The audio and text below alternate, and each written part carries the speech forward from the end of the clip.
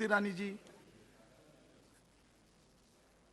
महोदय, आपने मुझे इंटरवेंशन करने की अनुमति दी, इसके लिए सर्वप्रथम आभार व्यक्त करती हूँ। ये अनुमति मैंने आपसे इस आधार पर मांगी, इस सोच को प्रतिबिंबित करने के लिए मांगी कि अमृत काल में जॉइंट सेशन को पहली बार आदिवासी समाज से आई एक महिला ने संघर्षों के बाद महामहिम राष्ट्रपति के पद पर आसीन हो, हम सबको अपने आशीष वचन दिए। मैं उसके लिए सर्वप्रथम उनका आभार व्यक्त करना चाहती हूँ और महामहिम राष्ट्रपति जी से कहना चाहती हूँ आपके माध्यम से कि वो ना सिर्फ आदिवासी समुदाय का, ना सिर्फ महिलाओं का, बल्कि पूरे राष्ट्र का गौरव है। मैं आज इस सदन में एक सांसद को सुन रही थी जिन्होंने अपने भाषण की शुरुआत ही इन शब्दों से की कि वो महामहिम राष्ट्रपति जी के अभिभाषण का विरोध करते हैं। कहीं ना कहीं मन में ये टीस थी कि महामहिम राष्ट्रपति जी किसी एक राजनीतिक दल से नहीं, बल्कि पूरे राष्ट्र के गौरव से, गरिमा से संबंधित हैं। तो जो राष्ट्र का सबसे उत्तम प्रतीक है, उनका विरोध इस सदन में, उनके भाषण का विरोध इस सदन में क्यों हो, ये मेरे मन में प्रश्न निश्चित रूप से उठा। लेकिन अगर महामहिम राष्ट्रपति जी के अभिभाषण के पहले पृष्ठ को हम सब पढ़ें तो अमृत काल में स्वर्णिम शब्दों में भारत के भविष्य को उन्होंने उल्लेखित किया। एक तरफ आत्मनिर्भरता की बात की और दूसरी ओर मानवीय कार्यों की बात की। और राष्ट्रपति जी ने अपने अभिभाषण में एक नागरिक होने के नाते विशेष, मैं इस बात का गौरव करती हूँ कि supreme commander of arm forces ने भारत में पहली बार भारतीय सेना के परमवीर चक्र विजेताओं के नाम पर अंडमान में जो 21 द्वीपों का नामकरण हुआ, उसका उल्लेख किया और अपना आनंद व्यक्त किया। ये हमारे पूरे देश के लिए गर्व का विषय है। महामहिम राष्ट्रपति जी ने एक तरफ नेशनल वॉर मेमोरियल का उल्लेख किया और दूसरी ओर उन्होंने हम सबको याद दिलाया कि हमारी नौसेना को अब छत्रपति शिवाजी महाराज का दिया हुआ प्रतीक चिन्ह मिला है, जो अब उनकी ध्वजा पर लहराता है, भारत की शान बढ़ाता है। और महामहिम राष्ट्रपति जी के इस उद्बोधन में, अभिभाषण में मात्र 2-3 बिंदुओं पर मैं अमेठी की सांसद के नाते भी आपकी अनुमति से आभार व्यक्त करना चाहती हूँ। राष्ट्रपति जी ने अपने अभिभाषण में एक श्लोक कहा था, ग्रंथों का उल्लेख कर उन्होंने कहा कि अयम निजः परो वेति गणना लघु चेतसाम, अर्थात अपना ये है, पराया ये, ऐसी सोच होना उचित नहीं। और राष्ट्रपति जी के इसी संकल्प, इसी चिंतन को चरितार्थ किया है मोदी सरकार ने। इसलिए अमेठी की सांसद होने के नाते हमारे यशस्वी प्रधान सेवक का मैं आज विशेष आभार व्यक्त करती हूँ, क्योंकि अपने पराये की सोच से परे हटकर मेरे संसदीय क्षेत्र में महामहिम राष्ट्रपति जी के अभिभाषण को अगर मैं अमेठी की दृष्टि से देखूं तो हमने क्या पाया, क्योंकि 50 वर्ष खोया बहुत मेरे संसदीय क्षेत्र ने।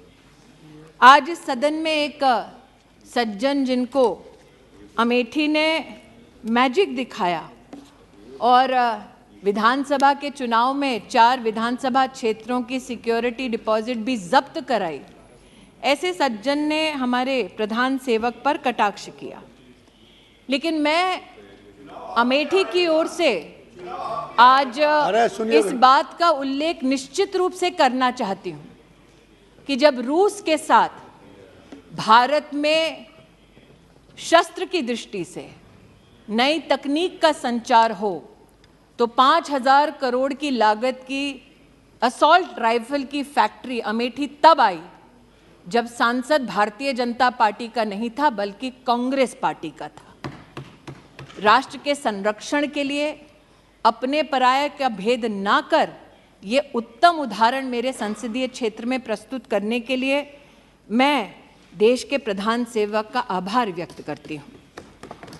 महामहिम राष्ट्रपति जी ने अपने अभिभाषण में नारी की प्रतिभा, नारी के योगदान और राष्ट्र के भविष्य के निर्माण में नारी की भूमिका को उल्लेखित किया है। आज इस सदन में हमारी एक वरिष्ठ नेता हैं जो निश्चित रूप से महिलाओं की दृष्टि से महामहिम राष्ट्रपति जी के अभिभाषण पर अपने विचार व्यक्त करेंगी, लेकिन एक छोटा सा अपनी ओर से मेरा प्रयास है कि इस सदन को मैं अवगत कराऊं कि ग्रामीण अंचल में महिलाएं जो सेल्फ हेल्प ग्रुप के माध्यम से अपने परिवार को आर्थिक रूप से सशक्त करती हैं, उनका यूपीए के कार्यकाल में और मोदी सरकार में क्या स्थान रहा। हम सब इस बात को जानते हैं कि एक सदस्य ने यहाँ चुनाव का उल्लेख किया कि एक चुनाव से पहले एक बहुत ही प्रचलित इंटरव्यू था जिसमें विमेन्स एम्पावरमेंट की बार बार बात हुई, लेकिन वो शब्द धरती पर कितने फलीभूत होते हैं उसका मैं एक प्रमाण यहाँ देना चाहती हूँ। 2009 से लेकर 2014 तक देश भर में सिर्फ 19 लाख सेल्फ हेल्प ग्रुप्स को भारत सरकार से सहायता मिलती थी। मोदी सरकार में ये संख्या बढ़कर अब 81 लाख हो गई है। 2009 से लेकर 14 तक जो राशि इन सभी सेल्फ हेल्प ग्रुप्स को दी गई वो लगभग 80,000 करोड़ थी, लेकिन मोदी सरकार में 2014 से लेकर 2022 तक ये राशि बढ़ाकर 4,93,000 करोड़ रुपया की गई। मैं प्रधान सेवक जी का विशेष आभार व्यक्त करती हूँ कि विमेन्स डेवलपमेंट के मात्र नारे को ट्रांजिशन करके राष्ट्र का अगर उत्थान करना है तो उसमें अहम भूमिका नारी की होनी चाहिए। मात्र इस एक सेल्फ हेल्प ग्रुप के आवंटन से ही आज वो प्रतिबिंबित होता है कि नारी और विशेषतः ग्रामीण अंचल की महिला की प्रतिभा पर देश के प्रधान सेवक को कितना नाज है और कितना विश्वास है। महोदय, स्वास्थ्य मंत्री जी यहाँ उपस्थित हैं। मैंने सदन में पहले भी कहा, आज भी कहती हूँ, हमारे समाज में ग्रामीण अंचल में गरीब तबके में महिला को अगर आप कभी पूछें साल 2014 से पहले कि क्या सार्वजनिक रूप से सर्विक्स कैंसर का और ब्रेस्ट कैंसर का कहीं भी उल्लेख होता था, ग्रामीण अंचल और गरीब तबके की महिला ये कहेगी कि इसका उल्लेख सामाजिक दृष्टिकोण से ना हो, ऐसा नहीं था। साधन उपलब्ध नहीं थे गरीब महिला को, इसलिए वो चर्चा में इस विषय को नहीं लाती थी। आज भी हजारों सैकड़ों महिलाएं ऐसी हैं कि अगर बुखार भी आ जाए तो अपनी नहीं अपने परिवार की पहले चिंता करती है। मैं आभार व्यक्त करती हूँ देश के प्रधान सेवक का और अभिनंदन करती हूँ स्वास्थ्य मंत्री जी का कि आयुष्मान भारत योजना के अंतर्गत 31 करोड़ कैंसर की स्क्रीनिंग हुई, जिसमें से लगभग 13 करोड़ से ज़्यादा देश की गरीब महिलाएं थी। ऐसा नहीं था उस महिला को पता नहीं था कि ब्रेस्ट का कैंसर हो, सर्विक्स का कैंसर हो तो उसे किस प्रकार की सुविधा चाहिए। वो बोझ नहीं बनना चाहती थी, चर्चा नहीं करना चाहती थी, तिल तिल कर मरती थी। आज आयुष्मान भारत के माध्यम से उसे ये सुरक्षा का कवच दिया, ये आत्मीय और मानवीय काम किया। इन्हीं मानवीय मूल्यों का उल्लेख महामहिम राष्ट्रपति जी के अभिभाषण में था। चूंकि स्वास्थ्य मंत्री यहाँ बैठे हैं, अध्ययनशील है, निशिकांत जी का आज मैंने भाषण सुना, वो मैजिक ऑफ नंबर्स की बात कर रहे थे, 50 लाख से लेकर 90 करोड़ की यात्रा का उल्लेख कर रहे थे। अब हम संसदीय क्षेत्र जो मुख्यतः ग्रामीण है वहाँ से हैं, एक मैजिक वहाँ भी हुआ। और महोदय, आपकी अनुमति से निशिकांत जी ने आज कहा वो सब ऑथेंटिकेट कर सकते हैं, कुछ कागज मैं भी लाई।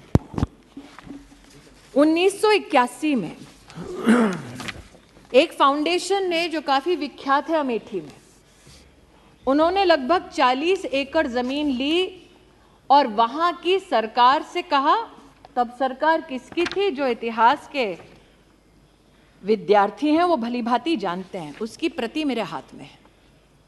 वहां पर यह कहा गया कि आप जमीन दे दो 40 एकड़ हमें और हम अमेठी की गरीब जनता के लिए एक मेडिकल कॉलेज बना देंगे।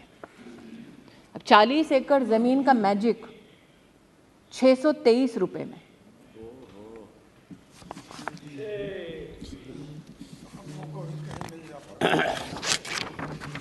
₹623 का रेंट और सूरज जी सुनिए, 623 रुपए का रेंट 30 साल तक, 30 साल तक अमेठी के गरीब नागरिकों को ये बार बार कहा गया कि आपके लिए मेडिकल कॉलेज खोल देंगे जी। लेकिन आज अगर कोई अमेठी गया है तो जानेगा कि जिस धरती पर वो कॉलेज खोलने की बात कर रहे थे, उस पर उस परिवार ने अपने लिए गेस्ट हाउस बनाया।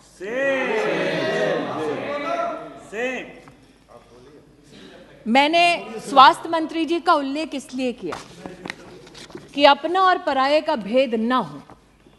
भले ही एक परिवार अपने फाउंडेशन के माध्यम से अस्पताल चलाता हो, अगर उनको भी आयुष्मान भारत में सेवा देनी है वो दे। उसका प्रतीक स्वास्थ्य मंत्रालय के माध्यम से, मोदी सरकार के माध्यम से मैंने अपने संसदीय क्षेत्र में देखा। लेकिन महोदय, आज मेरे हाथ में एक रिपोर्ट और है जो मुख्य चिकित्सा अधिकारी जनपद अमेठी उनसे संबंधित। इसमें एक मरीज का उल्लेख है जिसका नाम है नन्हेलाल मिश्रा। उस मरीज का दोष ये था कि वो उस जगह गया जहां पर इस परिवार का स्वामित्व है और अस्पताल चलता है, और ये कहा जाता है अमेठी में उनके परिजनों ने वीडियोग्राफिक एविडेंस दिया कि मरीज ने जाकर कहा, मैं आयुष्मान भारत से जुड़ा हूं, मोदी जी ने कहा है 5 लाख रुपए में मेरा मुफ्त का इलाज होता है, आपका अस्पताल इसमें चिन्हित है, आप मेरा इलाज करिए। नन्हेलाल मिश्रा को लौटा दिया गया और कहा गया, मोदी का कार्ड लाए हो, जाओ यहां से। काश नन्हेलाल मिश्रा आज इस सदन को बता सकते कि गंभीर बीमारी में लौटाए जाने से कितनी परेशानी होती है। लेकिन महोदय, ना उनकी आवाज इस सदन तक पहुंचेगी, ना सदन के बाहर तक पहुंचेगी, क्योंकि उनकी मृत्यु हो गई। और ये रिपोर्ट है जो कहती है कि मरीज की बीमारी के अनुरूप उनका इलाज नहीं हो सका। ये वो लोग हैं जो आज नरेंद्र मोदी पर बैठकर इस सदन पर कटाक्ष कर रहे थे, प्रहार कर रहे थे। इन लोगों ने एक सज्जन को उस संसदीय क्षेत्र में जहां 50 साल इनका राज रहा, आदमी को मरने दिया क्योंकि उसके पास आयुष्मान भारत का कार्ड था। 623 रुपए प्रतिवर्ष 40 एकड़ जमीन पर आज भी विराजमान है। लेकिन आभार व्यक्त करती हूं देश के प्रधान सेवक का, अमेठी को पहला मेडिकल कॉलेज 290 करोड़ से ज्यादा की लागत पर अगर किसी ने दिया तो मानवीय मूल्यों का परिचय देते हुए नरेंद्र दामोदर दास मोदी ने दिया। यहां बहुत ठहाके लगाए गए कि कोई यात्रा पे निकला था, इसलिए उनको लोगों ने कहा कि भैया ज़मीन हमारी जा रही है। मैं उनसे कहना चाहती हूँ, अगर गरीब की इतनी चिंता है तो पहले सम्राट साइकिल, अद्भुत दृश्य था महोदय। सिर्फ 1980 के दशक में अस्पताल के नाम से झांसा नहीं दिया गया, कहा गया आइए इन्वेस्ट कीजिए, अपनी फैक्ट्री खोलिए, और फैक्ट्री खुलवाई गया। मुझसे ज़्यादा अर्थशास्त्र के ज्ञानी निशिकांत जी, इसलिए वो मैजिक बता पाएंगे कैसे हुआ। कहा गया आइए फैक्ट्री लगाइए, फैक्ट्री का शिलान्यास करने हम आएंगे, फीता काटेंगे। अचानक फैक्ट्री वो बंद हो जाती है और ज़मीन फाउंडेशन को चली जाती है। फैक्ट्री की ज़मीन है ताकि वहाँ पर नया साधन, इंडस्ट्रियल खड़ा हो सके, मैन्युफैक्चरिंग हो सके, कागज पर दस्तावेज पर चिन्हित है कि आप यहाँ पर सिर्फ कमर्शियल एक्टिविटी कर सकते हैं, लेकिन अचानक वो जमीन परिवर्तित हो जाती है परिवार के पास, और वो परिवार नहीं अभी है भाई साहब, अभी बताती हूँ और डेट्स, वो परिवार उस जमीन को लेता है, उनके फाउंडेशन में लिखा आप कमर्शियल एक्टिविटी नहीं कर सकते, इतने साल वो जमीन खाली नहीं करते। वहां का किसान कोर्ट जाता है इस परिवार के खिलाफ, कोर्ट का आदेश लाता है और वो उस आदेश का हनन करते हैं, आज भी उस जमीन पर बैठे हैं और इस सदन में आकर गरीबों की बात करते हैं। ये एक और आज यहाँ पर नहीं सुरेश जी को समझ आ रहा है, नहीं है, ये भी प्रति है महोदय, ये भी प्रति है महोदय। एक आधुनिक भारत के निर्माण के लिए जरूरी है कि हर गरीब तक, मध्यम वर्गीय परिवार तक सुविधा पहुंचे। अब चूंकि राष्ट्रपति अभिभाषण में आधुनिक भारत के निर्माण की बात हुई है, तो इसलिए महोदय कहना जरूरी है कि प्रधान सेवक ने कहा कि सिर्फ चुनिंदा शहर नहीं बल्कि आधुनिक तत्व प्रगति के हर गांव, हर जिले तक पहुंचे। एक अचंभित करने वाला नजारा और है, फुर्सतगंज नाम का एक एयरपोर्ट, जहां पर सिर्फ परिवार से संबंधित एकेडमी है, जमीन है सरकार की, लेकिन परिवार ने अपने नाम से, बेटा और बेटी के नाम से हॉस्टल खोल दिया है। यहां पर प्रधानमंत्री जी नेताजी सुभाष चंद्र बोस के नाम से इंफ्रास्ट्रक्चर बनाते हैं, सरदार वल्लभ भाई पटेल के नाम से इंफ्रास्ट्रक्चर बनाते हैं, वहां पर राहुल जी के नाम से, प्रियंका जी के नाम से हॉस्टल बना है सरकारी जमीन पर। और बोर्ड पर वो जब थे तो उन्होंने उस पूरी अकादमी के संचालन के लिए किसी हिंदुस्तानी को नहीं, किसी विदेशी कंपनी पर विश्वास किया। उस विदेशी कंपनी ने उस एयरपोर्ट का क्या हश्र किया, यहाँ पर उस रिपोर्ट में उल्लेखित है। लेकिन आज इस एयरपोर्ट का मैं उल्लेख यहाँ इसलिए कर रही हूँ महोदय कि एक बार सदन में मैं बोल चुकी हूँ कि हमारे यहाँ तिलोई नाम की एक विधानसभा है, वहाँ पर 30 साल से एक बस अड्डा बना दो, ये हमारी जनता जनार्दन कहती रही। बस अड्डा भी पहली बार तब बना जब प्रदेश में योगी सरकार बनी, देश में मोदी सरकार बनी। और आज अमेठी के सांसद के नाते मैं आनंदित हूं कि फुर्सतगंज एयरपोर्ट को अब उड़ान की स्कीम में सम्मिलित कर लिया गया है और अब अमेठी का साधारण नागरिक भी हवाई सेवा का इसमें फायदा उठा सकता है। इस बात से कोई इनकार नहीं कर सकता कि अमेठी की एक बार चर्चा होती थी और मैंने राष्ट्रपति जी के अभिभाषण का विशेष उल्लेख इसलिए भी किया। महामहिम राष्ट्रपति जी एक बहुत ही गरीब सामान्य परिवार से हैं और इस सरकार की एक बहुत बड़ी मानवीय उपलब्धि ये है कि पद्म पुरस्कार उनको जाता है जो धरातल पर काम करते हैं, मानवीय काम करते हैं, राष्ट्र का नाम रोशन करते हैं बिना इस अपेक्षा के कि उन्हें सम्मानित किया जाएगा।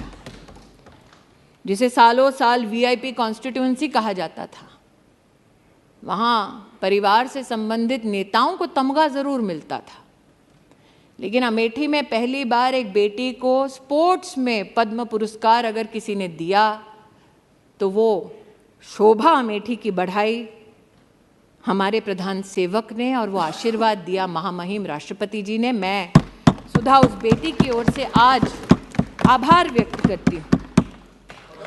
महामहिम राष्ट्रपति जी,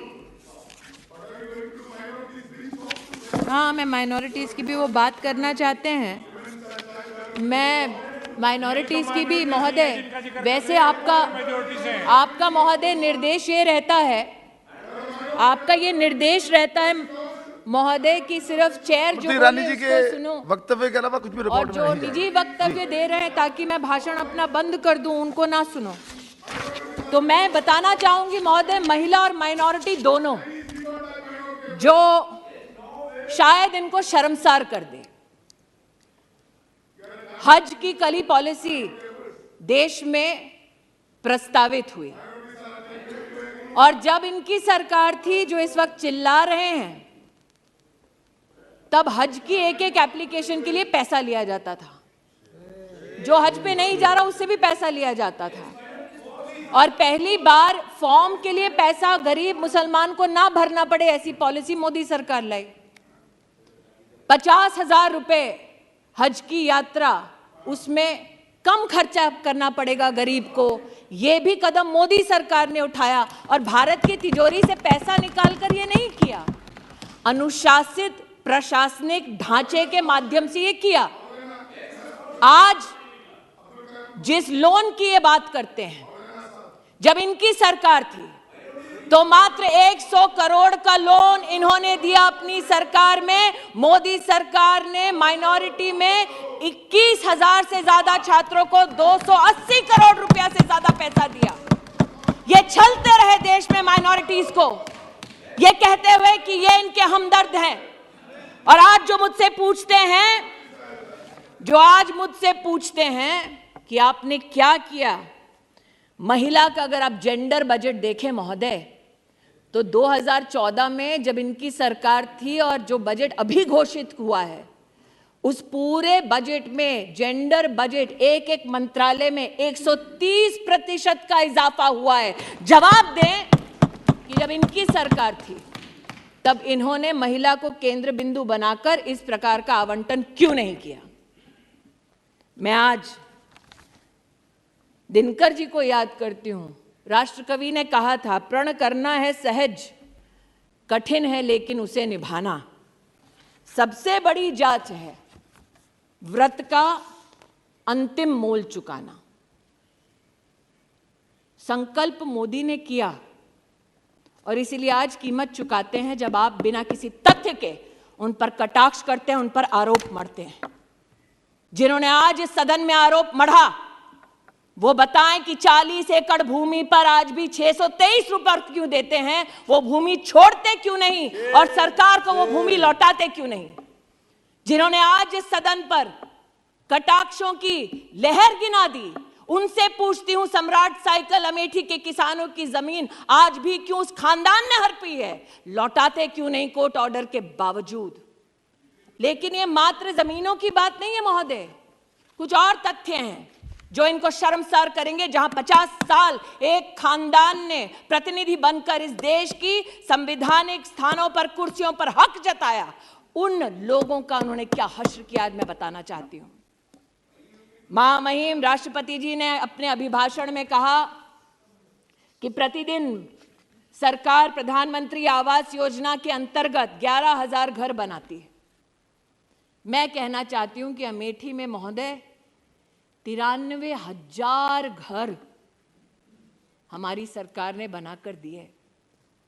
मतलब लगभग 4 लाख लोगों के पास अमेठी में सर पर छत नहीं थी महोदय, जहां 50 साल इन लोगों का राज रहा। महोदय, आज मैं बताना चाहती हूं, महामहिम राष्ट्रपति जी ने अपने अभिभाषण में उल्लेख किया कि 55,000 गैस के कनेक्शन प्रतिदिन दिए गए सरकार द्वारा। अमेठी में 2,14,440 लोगों को जीवन में पहली बार गैस का कनेक्शन तब मिला जब मोदी की सरकार बनी। ये जानना चाहते हैं क्यों मैं अपने लोगों की बात करूं, क्यों ना करूं। महामहिम राष्ट्रपति जी ने उल्लेख किया कि गरीब को मुसीबत के वक्त मुफ्त का राशन मोदी सरकार ने पहुंचाया। इस वर्ष 2 लाख करोड़ का व्यय हो रहा है। मेरी लोकसभा क्षेत्र में 18,72,000 लोग ऐसे हैं जिनको मुफ्त का राशन मिल रहा है। मैं उनकी ओर से आभार व्यक्त करती, क्यों ना करूं। 305 किलोमीटर सड़कें सिर्फ मेरे एक जनपद में बनी है महोदय। 5 गांवों का नाम सुना देती हूं। 50 साल में इन 5 गांवों तक कभी सड़क नहीं पहुंची थी। जवाब देना पड़ेगा इन लोगों को जो बड़ी बड़ी डींगे हाँकते थे कि अपने ही संसदीय क्षेत्र में। मैंने महोदय सुना था हिंदी में, दिया तले अंधेरा, चोर की दाढ़ी में तिनका, उल्टा चोर कोतवाल को डांटे। आज इन सारी हिंदी की जितने भी हमारी प्रोवर्ब्स हैं, उनका एक दर्शन मैंने यहां किया है। उनको जवाब देना पड़ेगा। 5 गांव के नाम भी बता देती हूं जहां सड़क ही नहीं पहुंची कभी। इसलिए महोदय, आज महामहिम राष्ट्रपति जी के अभिभाषण पर आभार मैं इसलिए व्यक्त करती हूं कि देश में पहली बार आदिवासी समुदाय की एक बेटी को, एक महिला को राष्ट्र के सबसे उच्च संवैधानिक पद पर मात्र नरेंद्र भाई मोदी के प्रयासों से पहुंचाया गया। इतना ही संतोष नहीं कर रही हूं, मैं गौरव करती हूं इस बात का कि अगर आप समुचित सरकार का आदिवासी क्षेत्र के लिए बजट देखिए तो जब कांग्रेस की सरकार थी तो 19,000 करोड़ रुपया खर्चा करते थे, पूरी सरकार को कहते थे, और जब मोदी जी की सरकार बनी तो 88,000 करोड़ रुपया मात्र आदिवासी परिवारों के लिए हमारी सरकार ने व्यय किया। क्योंकि मैंने दिनकर जी का उल्लेख किया तो आप तो वरिष्ठ हैं महोदय, आप राष्ट्र कवि का कई बार कई भाषणों में उल्लेख भी कर चुके हैं, कई चर्चाओं में उनका उल्लेख कर चुके हैं। उन्होंने कहा था कि सच है विपत्ति जब आती है कायर को ही दहलाती है। वो कौन था जो कहता था विदेश से वैक्सीन लाओ? वो कौन था जो कहता था हिंदुस्तान की वैक्सीन ना लगाओ? और वो कौन था जिसने कहा कि विदेश पर नहीं अपने देश पर भरोसा करो, वैक्सीन यहां बनाओ और हर हिंदुस्तानी को मुफ्त लगाओ? उस शूरमा का नाम मोदी। इसलिए आज इतना ही कहती हूं कि विघ्नों को गले लगाया, कांटों में राह बनाया, और इसीलिए कांटों में राह बनाने के लिए और भारत के नवनिर्माण के संकल्प के साथ संकल्पित अमेठी को भी आशीर्वाद देने के लिए मैं देश के प्रधान सेवक का आभार व्यक्त करती हूँ, अभिनंदन करती हूँ, और महामहिम राष्ट्रपति जी को इस सदन के माध्यम से कहना चाहती हूँ पुनः कि वो सिर्फ महिलाओं का नहीं, सिर्फ आदिवासी परिवारों का नहीं, बल्कि राष्ट्र का गौरव है। और अमृत काल में हमारे राष्ट्र में इसी प्रकार की महिला और सामाजिक परिस्थितियों से उत्थान करने वाली महिला का उल्लेख बार बार हमारे इतिहास में स्वर्णिम अक्षरों में हो। अमृत काल में मेरी प्रभु से यही प्रार्थना है। महामहिम राष्ट्रपति जी को बड़े गौरव के साथ चरणों में शीश झुका के उनके अभिभाषण के लिए आभार व्यक्त करती हूँ।